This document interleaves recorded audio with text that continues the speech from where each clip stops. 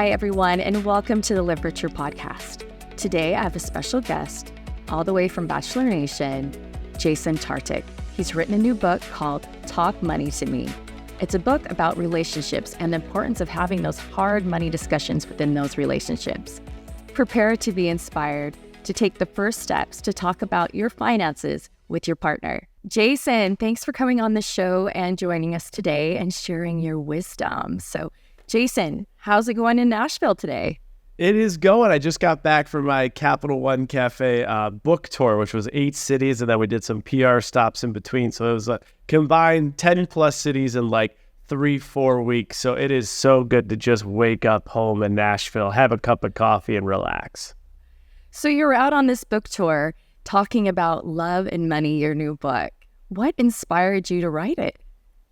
So there was a lot that inspired me, okay? So I think first and foremost, like the old funny comment is, I was on The Bachelor. My whole love life has been showcased. So there's some public notoriety for my love life personally, and that's a part of me. Another part of me is that I've been in finance for almost 10 years. My grandfather taught me how to invest at 16. I ended up getting a MBA in accounting and finance and lending a whole lot of money to large corporations. And so I was thinking about this book, and I knew I wanted it to be personal finance related, but I was like, there's just so many personal financial books out there. And then I said to myself, there's so many self-help love books out there, but there's really not any combining the two. And that's almost a little bit of my life story. And so my co-writer and I started doing a ton of research on the idea of love and money. And we came up with wild statistics that showcase the two things we struggle in this world with, or specifically in this country with independently, is love and then money. And when you combine the two, it gets worse. So that was a little bit about why I wrote it. And the basis of writing it was, once upon a time in the many different jobs I had, working in the banking institution, I was an underwriter. So I had that big stamp where it said approve or deny. And I got to see the numbers of so many different consumers. And I said, I can kind of make this book cool where those numbers that the system ranks us on based on our financial risk, in which we are then associated interest rate with, which of course connects to how much we pay. I can actually show these numbers to individuals and consumers and let them work on it before it gets to the bank for approval. So that was the thought process about the book, and specifically the 8 numbers that I tell people everyone has to master. And the one thing you did talk about, you said it's a big problem in our country. I believe you said, what is it? It's the second cause of divorce in the country is money. Next to infidelity is number 1.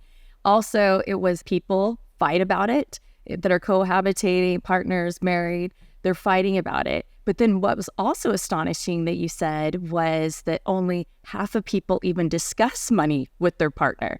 Being one of the number 2 reason, right, that you get divorced, people aren't even talking about it. They don't even talk about their finances with their significant other. Oh my God, yeah. And so if you think about those numbers, it's so easy to throw numbers out there, but I wanted to make sure in this book, Talk Money to Me, that when I threw numbers out there, I connected them to like what it means. So you said it. In that study, it was 73% of couples that do talk about money say that money is a material tension in their relationship. Now, we know your first stat, you said, half of Americans don't feel comfortable talking about it. So now we got this group of half that do. Well, of that half, you got 73% saying that when they do talk about it, it's a tension. So they're not talking about it in a healthy way. And take it a step further, they did another research within that 73% to see what other issues there were, and over a half of them said that money issues connected to decreased intimacy. That stat right there is the definition of where love and money hit. And exactly what you said is correct, where money arguments, based on all the studies we saw, was the second reason for divorce behind infidelity. But there's something we could talk about later in this podcast, which is called financial infidelity. And there's a correlation between those who commit financial infidelity and those who commit infidelity, which is the number 1 reason why people get divorced. Really? I didn't know that. I had no idea that a lot of times financial infidelity are the same people do regular infidelity. Is that what you're saying, Jason? Correct. There's a big connection. Now we know based on the studies we did and that the studies that we researched is that in married and then cohabitating couples, 43%, at least one person is committing financial infidelity. Now people always ask, what's financial infidelity? And it's not going to buy a martini because you're stressed out or going to get a nice Starbucks coffee. Financial infidelity is similar to infidelity in that you are lying, you are cheating, and you are manipulating in material ways, but through money. So those are, and what we know is that those people that commit it, which is 43%, at least one person, there's a huge connection to those commit financial infidelity actually committing infidelity in their relationship. Now that's big. I mean, I was probably scaring some listeners that they know their spouse or has been, has been being financially infidelity, yeah, within the relationship, and they're like, are they doing other stuff other than just money? I mean, that's a scary thought. That is super scary to me. And the fact that it's such a contentious point for people, I know personally, I'll just be personal about it. It's been a huge argument in my relationships. It's been about money. And I think it's with a lot of people. I can see it leads to divorce. What about you, Jason? Have you experienced any arguments when it comes to money? Yeah, I mean, in the first and second chapter, right? So the book is based on 10 chapters, right? In the first and second chapter, I talk about where I missed and huge issues that I had in my personal love life as it related to money. And then the next 8 chapters are those questions that also connect to the numbers you need to know. And so I think some of the biggest, if I had to put one number one issue that I ever had when it related to money in relationships is assumption. It's the assumption that the communication happened. It's the assumption that we prioritize spending in the same ways. It's the assumption that we know how bills and things will be split. And when you assume, you are leaving yourself susceptible to gray area. And we know that gray area builds resentment in relationships. And we know that resentment completely can disarm and break away not only friendships, but loved ones too. Oh, yeah. It's never safe to assume in Never. anything, not just in relationships and everything. I mean, what is it? Makes that ass out of you and me? Is that what it is? Yeah. I can't even remember, right? Isn't that the whole thing assuming with makes an ass out of you and me. Yeah. Yeah. So you should never assume anything. And I think that's what gets a lot of us in trouble all the time, is we're assuming specific things about others, or we think something's been communicated and it hasn't. And I was also thinking about another thing you said. One of the things you said was credit score to ask.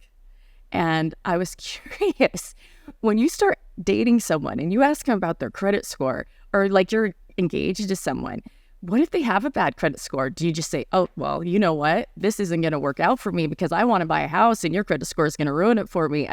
I mean, it seemed a little harsh. So, yeah. I mean, but what do you see about that? Well, first and foremost, I think that anyone listening right now, when you hear like the idea of like starting the date and talk about credit score, that sounds harsh. When you say like starting the date and ask someone their net worth or their income, you're like, that sounds harsh, right? The whole idea of intense money talk is, for the masses, very harsh, and it feels icky, it feels sticky, it feels uncomfortable. My thesis for that is, one, we weren't taught about this stuff growing up or in our school system. So if we're not taught about it, how do we know how to healthy talk about it? We don't. And just compare it to things in life that we were taught, right? Like as kids, when I was in first grade, I was taught by my parents and my teachers, when I didn't feel good, how to be able to showcase where I didn't feel good, how to be able to go into a nurse, which is a professional at my school, and say, hey, this is off. I need attention to it. So simple things in life like that we were taught, but we weren't taught the finance stuff. So that when we hear about it, or when a question like that comes up, the first thing we feel is uncomfortable. The one thing I believe that we could do is start to actually have comfortable conversations with money. How do we do that? We don't start it off with what's your credit score, what's your net worth. We can start it off, and on page 17, I actually just opened it up. I gave 10 money questions that you can ask on a date where you can have fun conversations and connect it to money. So the first one is, what's one thing you spend too much money on, but you wouldn't be willing to give it up unless you're completely broke? The second one is, if you had to describe your relationship to finances using 3 words, what would they be and why? The fifth one is, if you won $1 million today after taxes, of course, and had to spend every single dollar, what would you buy and why?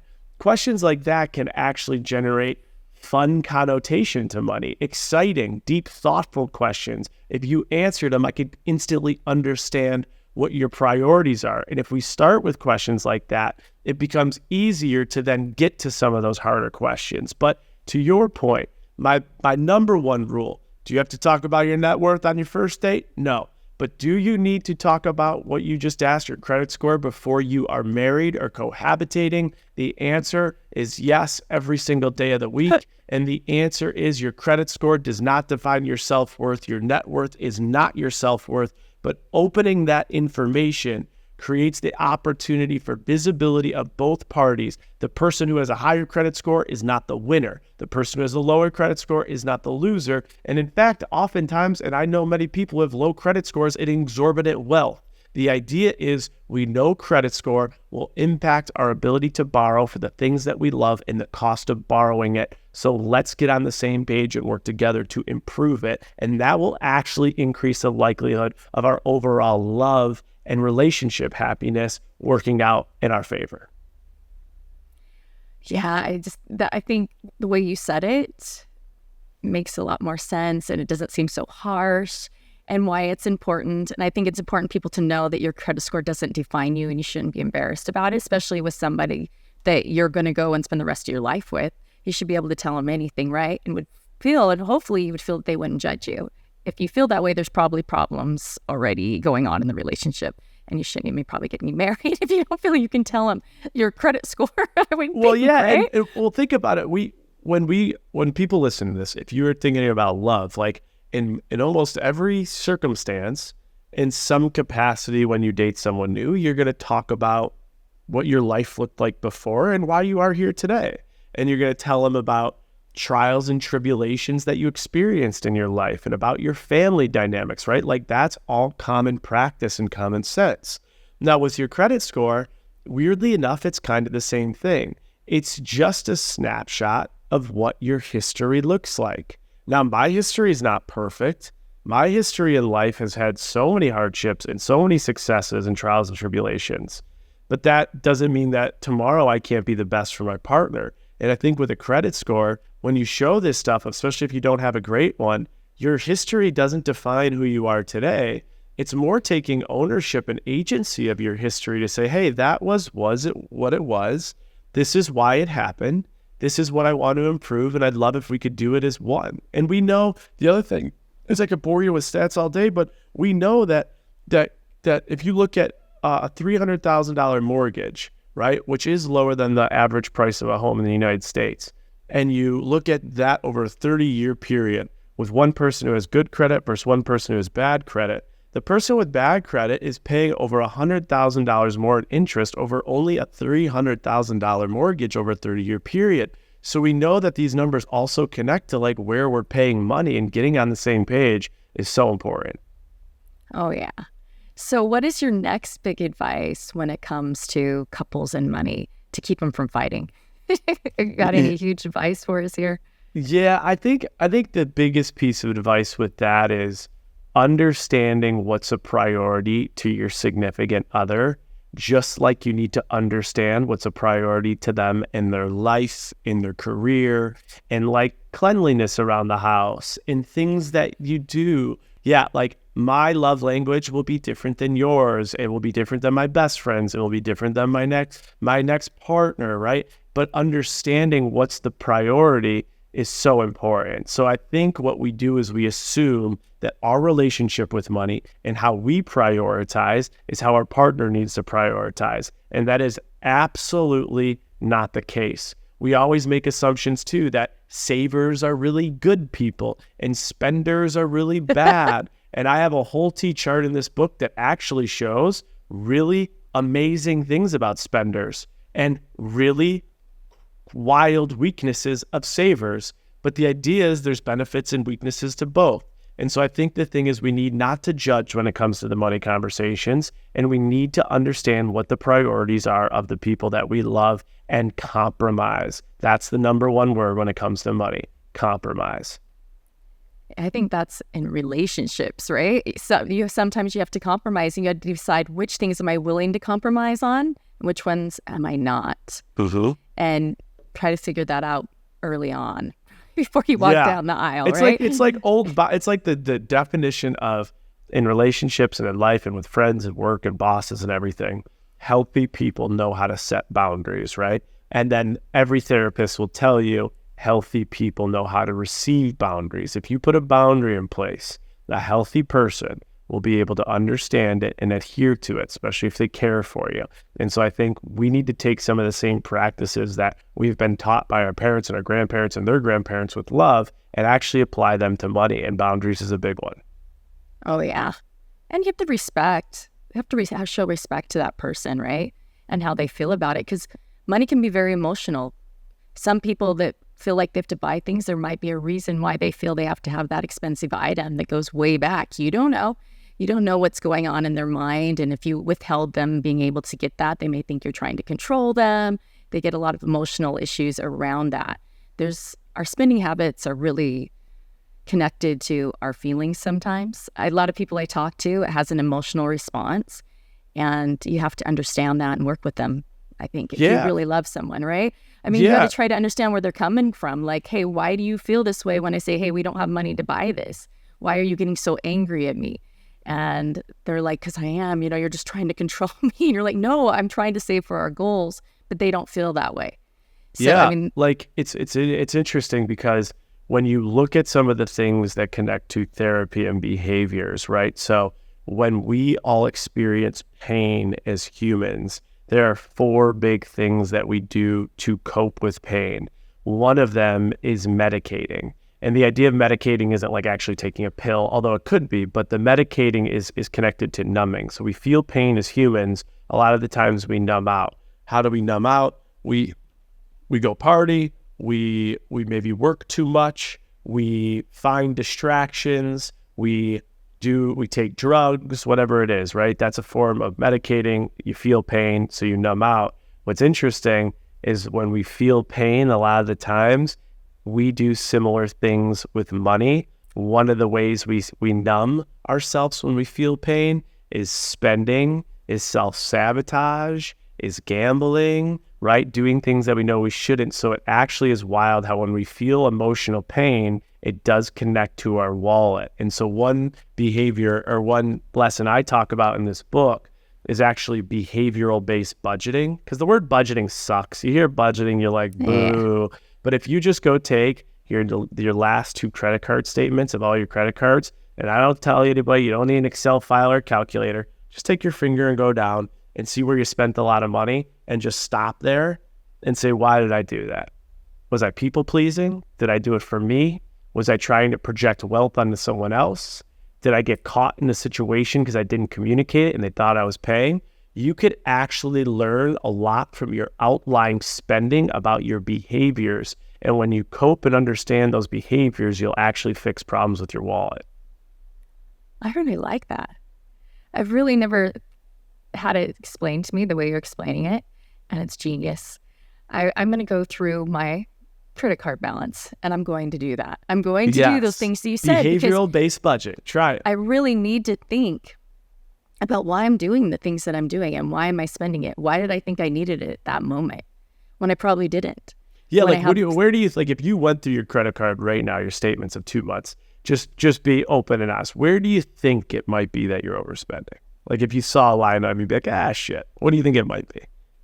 It might be as simple as eating out because I'm too lazy to prepare in advance, right? It could be something that simple. I know that sounds crazy. That's a good one though. Organization. Like my weakness is there, right there. And I can be like, okay, I need to work on that. And I need to set a goal around that. Something that simple. But like in the last couple of weeks, I've been thinking that was like, I need to prepare better when it comes to what I'm doing, what I'm eating, and where I'm going, and be more conscious with my money and be telling my money where to go instead of feeling like, right. My belly and everything's telling me. Right. What's crazy too is like an experience like that, which by the way, I fall victim to all the time. And something I'm really working on is eating out, is the impulse of eating out. One, it actually saves, if you start to get ahead of it, right? You'll save so much money. 2, you'll start preparing more. And when you prepare more, we know all areas of life are more organized and efficient. And then how about the third one? We know every freaking nutrition in the world will tell you, eating out versus making your own food, the difference in the quality and the saturated fats and everything else associated with it is astronomical. So now we're actually providing a better energy source for our entire bodies to operate. So it all connects more than just dollars and cents. You know, in a couple, I think the scariest thing is to look at your finances together and you're like, I've had my husband say to me, where'd you spend that? What were you doing there? I saw you bought this, right? I was like, oh, they're controlling me. But he says, you told me you wanted me to help you stay on track. But sometimes it gets hard, right? As a couple to be like working together on those goals. Do you know what I'm talking about? Like here we are, we're working on this. We're trying to save this money. I said, help me. I want to stay on track. And then I was like, oh, maybe I don't want him helping me to stay on track and know everywhere I'm spending my money. I mean, I think that's one of the biggest issues is people start getting angry and they're like, why are you looking at what I spend? Yeah, I wanted those shoes. I have money to buy them. You know what I'm getting at. These are just simple things people fight about. Like just like, you didn't need those shoes. Why'd you go buy them? Well, because I wanted to, but you didn't need them. Yeah, but that simple discussion right there actually hits on a lot. And I have a lot of buddies that sit down and give their wife. I'm just thinking of some dinner table conversations I've had recently where they give their wife shit about all the Amazon boxes that are showing up, right? Now, that's the old adage, but just that practice, there's actually so many unhealthy things going on, right? In that situation, there's one partner that's shaming or blaming the other partner for their behaviors. On top of that, there's someone that is almost leveraging that, at least in the circumstance I heard someone say it, they're leveraging that they are the earner and therefore they have the power and the control. Now, when you do those things, when you blame, shame, and weaponize, you're actually creating more pain and more resentment. And what do we know? Pain, people will connect pain to 4 ways of dealing with it. And the way they might deal with it is actually continued spending. They might actually rebel against you because you're putting shame and blame. Or the healthy conversation could be like, hey, like I've seen you spent a lot on those shoes. Tell me about what those shoes mean to you. When we think about other areas that you spend, like would you prefer, if we know we have to cut in some places, would those shoes be number 1 on your list? Or would it be that date that we're going to go on at that fancy restaurant? Okay, I just want to understand what's a priority to you, because if it's the shoes, like, okay, get the shoes, but I just want you to know the things that are lower on your priority list, we'll just have to work on as a couple to say yes and no to certain things. Like think about the difference in the outcome in those healthy conversations based on delivery and messaging and things like that. Those are all really good things. Are you a couples therapist, Jason, on the side? I'm starting to think maybe you should go into therapy. I mean, you're really... Well, the funny thing is like there are financial therapists. Those are a thing. And that's why I'm the love aspect requires self-awareness through behavior. And why it's so connected to this conversation is the money behaviors is all self-awareness through behavior and changing. So they're so connected. And let me tell you, Jamie, if I was a couples therapist, I'd be thriving, married with kids right now. And that's not the case. So I think I need my own help. Sometimes easier to give advice than take it, apparently. Yeah, I know how that goes. I do know how that goes. Now, I did take your advice. You wrote that you always write questions down before you went on dates, or you used to call your old girlfriends on the phone, right? Like you said you were quite known for conversationalists when you were younger, because you would write down all the questions that you wanted to ask the girls on the phone. Is this correct? Even when you were on the Bachelorette, before you would go on those dates, you would write down the questions. Oh yeah, 100%. Yeah, before every single one-on-one or experience I had with the Bachelorette at the time, and her name was Becca Kufrin, every single time I wrote down themes and things I wanted to talk about. Yeah. So I wrote some down. Okay. I wanted to make sure I get all these in. So one thing, what do you think is some of the most common misconceptions people have about managing finance, especially when it comes to relationships? I think the biggest one I'll pick, because it connects to a lot of the stuff we're talking about, the biggest misconception is that when we see red flags with finances, we need to run. And what I would say is that red flags in finances are the easiest to turn to green flags. With everything you can control, we just choose not to control it. So I think the misconception is red flag does not mean run. Red flag actually means an opportunity to connect and make it a green flag instantly, which will make you in a better place. I think the biggest misconception in finance is we hear, and it's jammed down our throats every single day in our ears and our marketing and all the things we consume is invest, invest, invest, invest. And investing is beautiful. And as I think it's Albert Einstein said, compounding is the eighth wonder of the world, and it's there. The problem is we need to first be in a position to invest before we can invest. It would be the equivalent if someone said, run a marathon, run a marathon, run a marathon, run a marathon, and we don't even know how to run a lap around a track, and we're like, okay, let's go, I'm going to run a marathon. There are so many steps that need to be taken before investing to make sure you're in a position to invest. I think that's the individual probably biggest misconception. Okay, the next question. What are your top tips for people who are starting to realize that they have financial differences in their relationship? Understand where the differences are, understand why those differences are in place currently, and then find a way to compromise based on the differences, knowing that those differences will not be 100% met in most cases. Okay, this is the last one. What money conversations did you not have in your past relationship that you wish you would have had? The biggest thing I wish we would have had a very clear understanding of is what, when we were saving for things that were unique to us, what exactly the plan was and why, and when we were spending for things that were unique to us, how we were spending and why. Those are conversations that proactively should have been had rather than assume, and those are things I would have done differently. I hear this is way off kind of, but I want to know, what would be your advice if you think your significant other is doing financial infidelity? What should you do? Yeah, so I think when you think about this, it's hard to answer that question because we're all like, where do we start? But I think the best place to start is to connect again money and relationships. So I would say to you, what would you do if you thought your partner was cheating, right? How would you address it? And I feel like when I ask someone that who's listening right now, ask yourself, if you're in a relationship or you used to be in a relationship, if you thought your partner was cheating, what would be the healthy thing to do? And what's wild is the healthy thing to do in that regard is very connected to the healthy thing to do in financial infidelity. Now, I can tell you things I would do. I would confide in the people I love and ask them their advice to see if they had any guidance based on what my intuition was saying. I would sit down in a place that my partner felt comfortable. I would ask permission for the time. I would ask permission if they're in a space to have a serious conversation and they're open to feedback. And I would ask for honesty. And then I would also ask for proof. Numbers, unlike stories and unlike context, they don't shift and they don't change. Numbers don't lie. And you can quickly get proof of almost all numbers in almost any situation with receipts in a way that you can't with words.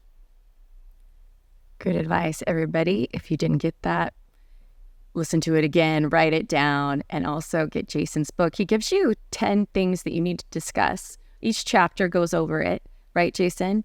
What you need to do and more in depth with your relationship with money and with your spouse or with your partner or someone, your significant other. I think this is something you should talk about when you're dating, like you said.